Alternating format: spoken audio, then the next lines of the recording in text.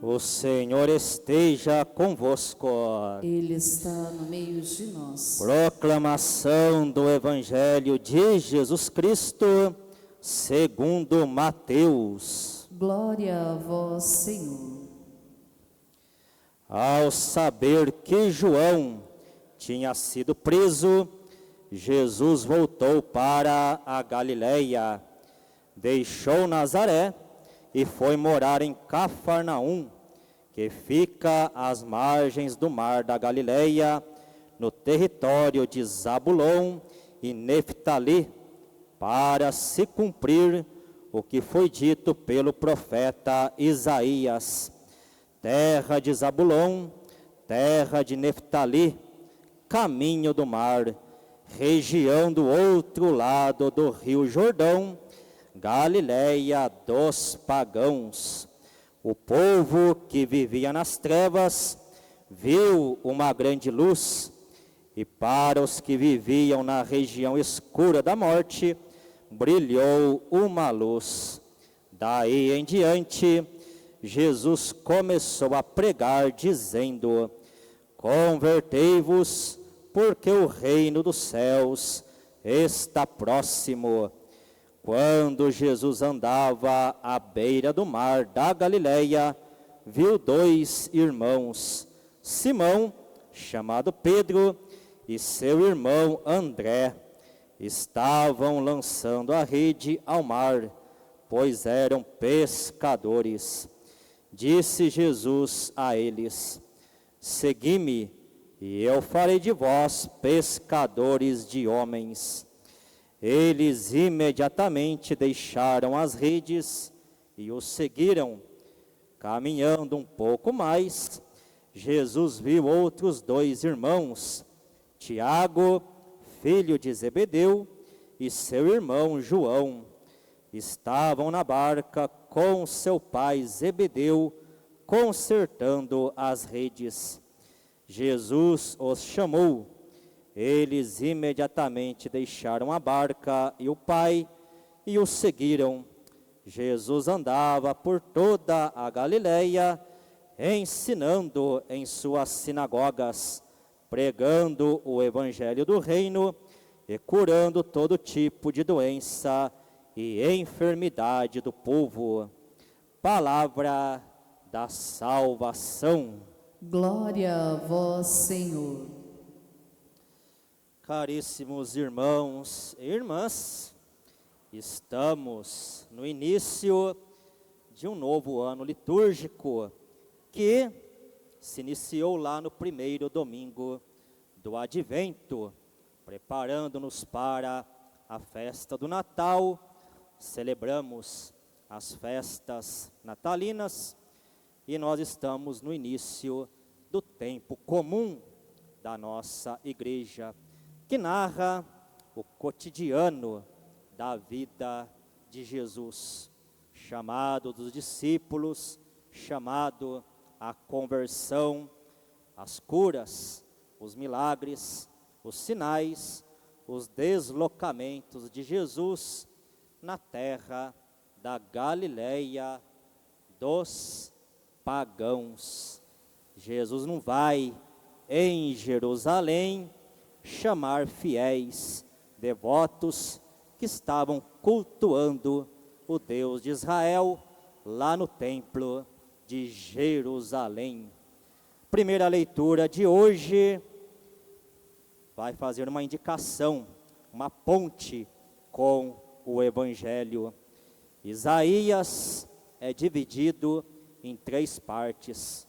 O livro é longo, tem 66 capítulos, dos quais são divididos do capítulo 1 ao 39, primeiro Isaías, capítulo 40 a 55, segundo Isaías, e capítulo 56 a 66, terceiro Isaías.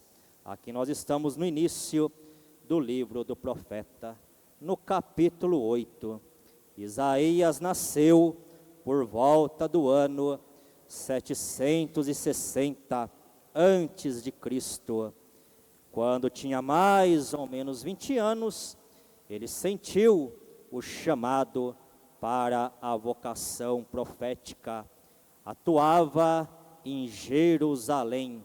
Era de família nobre, sabemos que casou, teve filhos, mas não sabemos nada da sua família, a não ser a sua mulher, era chamada de profetisa.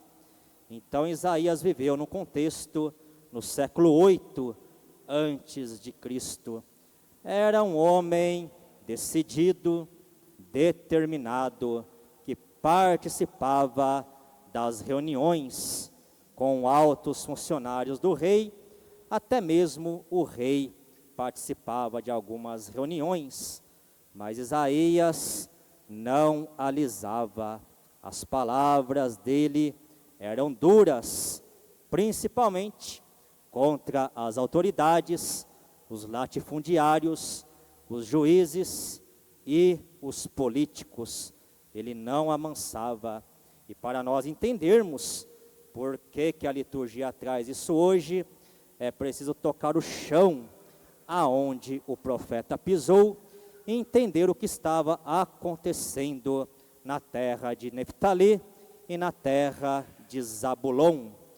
Vou tentar dar uma explicação aqui geográfica, não precisam guardar datas, tá bom, e nem nomes. O que interessa para nós é a mensagem que fica do profeta Isaías. Naquele tempo existia o reino do norte, Israel, e o reino do sul, Judá. O templo de Jerusalém ficava no reino do sul, portanto, em Judá. Lá no reino do norte, acontecia a seguinte questão: o rei da Síria invadiu o reino do norte e deportou parte da população lá das terras de Israel, e levou povos estrangeiros para habitar ali na região da Galileia. Isso aconteceu no ano de 721 antes de Cristo, ainda no século 8. Então, isso aconteceu lá no reino do norte. Lá no reino do sul, em Judá, Ezequias era rei de Judá. A Síria também invadiu Judá, porque Ezequias não quis ouvir o profeta Isaías. Ezequias confiou mais na força humana, nos poderes políticos, fez aliança política com povos estrangeiros, e no entendimento de Isaías, fazer aliança política com povos estrangeiros era romper a aliança com o próprio Deus. E então, o que poderia ter acontecido? A Síria invadiu também Judá.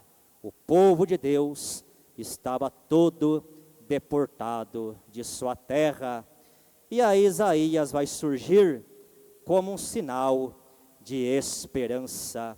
Aqueles que habitam na sombra da morte, aqueles que estão nas trevas, terra de Zabulon, terra de Neftali, Deus vai intervir em seu meio e não vai deixar o seu povo perdido. Há de vir um Messias, há de vir um Salvador, que vai pregar, anunciar o Evangelho da Boa Nova de Deus para este povo em primeiro lugar. 8 séculos se passam, nasce Jesus Cristo, o Verbo encarnado, Filho de Deus, a luz que veio ao mundo. Após ser batizado, ir para o deserto, fazer a experiência com Deus e retornar do deserto, ele vai para a Galileia. E o Evangelho começa dizendo: depois que João Batista foi preso, Jesus vai para a Galileia. João pregava na Judeia.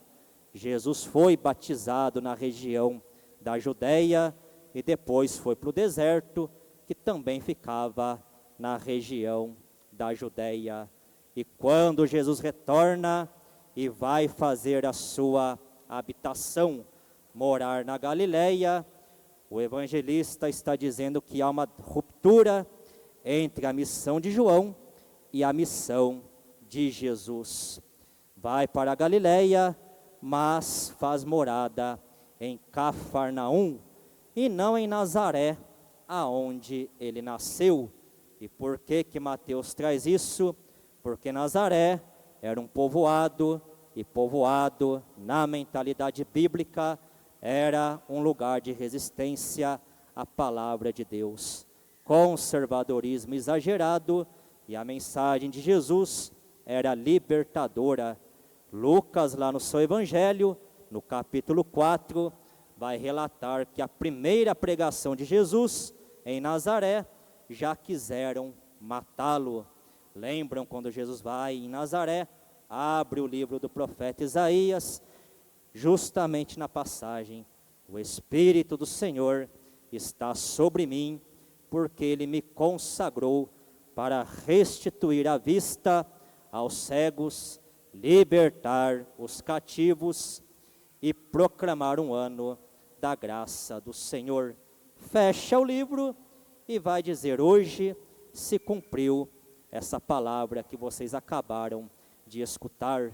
E o povo queriam matá-lo, porque Jesus é o cumprimento das Escrituras, e o povo de Nazaré não aceitou essas palavras. Por isso que ele vai para Cafarnaum. Cafarnaum era uma região de miscigenação religiosa, justamente por causa do que eu expliquei na primeira leitura. Os assírios invadiram, deportaram o povo e levaram povos estrangeiros. Virou uma salada cultural e religiosa. Para os judeus da Judéia e de Jerusalém, os galileus eram impuros por causa dessa mistura.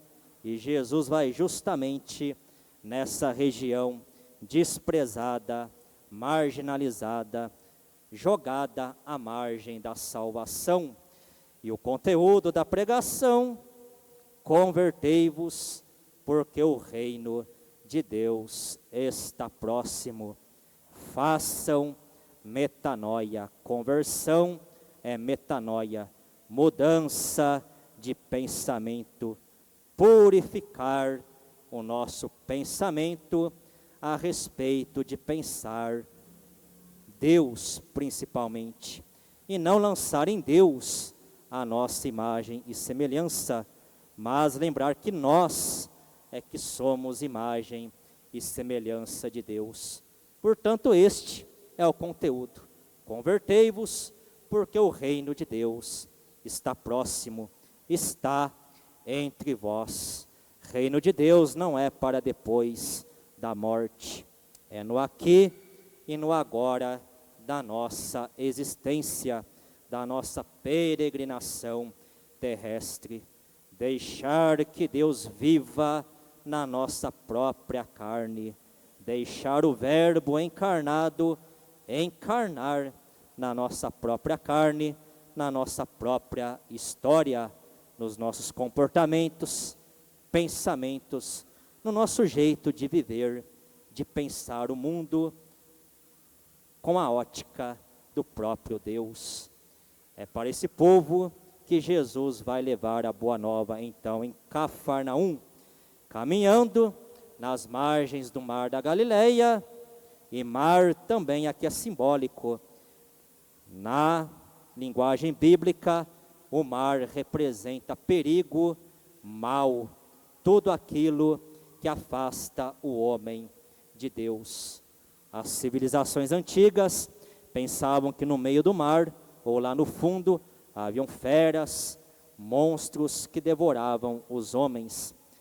E é justamente nessa região que Jesus vai e chama pescadores: Simão e André, Tiago e João.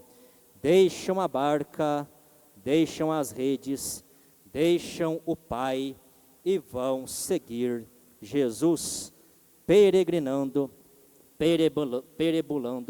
pelos caminhos da Galileia, em Cafarnaum. E mais tarde, Paulo, que nós ouvimos na segunda leitura, vai justamente tentar consertar uma periculosidade no pensamento dos cristãos da cidade de Corinto. Eles estavam divididos porque Paulo, Pedro e Apolo pregavam cada um à sua maneira, mas pregavam Jesus crucificado e ressuscitado dos mortos. E aí faziam grupinhos, não por Paulo, Pedro e Apolo, mas a própria comunidade cristã de Corinto se dividia. Uns diziam ser de Apolo, outros de Paulo, outros de Pedro. E Paulo vai escrever: será que Cristo está dividido? Não fui eu, Paulo, que morri na cruz, nem Apolo e nem Pedro, pela salvação da humanidade. Quem morreu foi Jesus, e Jesus não pode estar dividido. Portanto, rezemos pela unidade dos cristãos, pela nossa própria unidade. Mais do que pela unidade dos cristãos, talvez hoje nós precisamos rezar pela unidade dos cristãos católicos, que estão se dividindo dentro da própria igreja. A igreja tem vários movimentos, várias pastorais, tem lugar para todos trabalharem. Rezemos a Deus, pedindo que nos livre dessas divisões, que restaure o nosso coração e que nos ajude em nosso processo de conversão, nos ajude a fazer a metanoia, a mudança de mentalidade, a mudança de pensamento, a mudança no jeito de viver. Viver conforme o próprio Evangelho e não conforme aquilo que eu acho que tem que ser vivido. Não conforme o meu jeito que eu acho que a vida tem que ser vivida.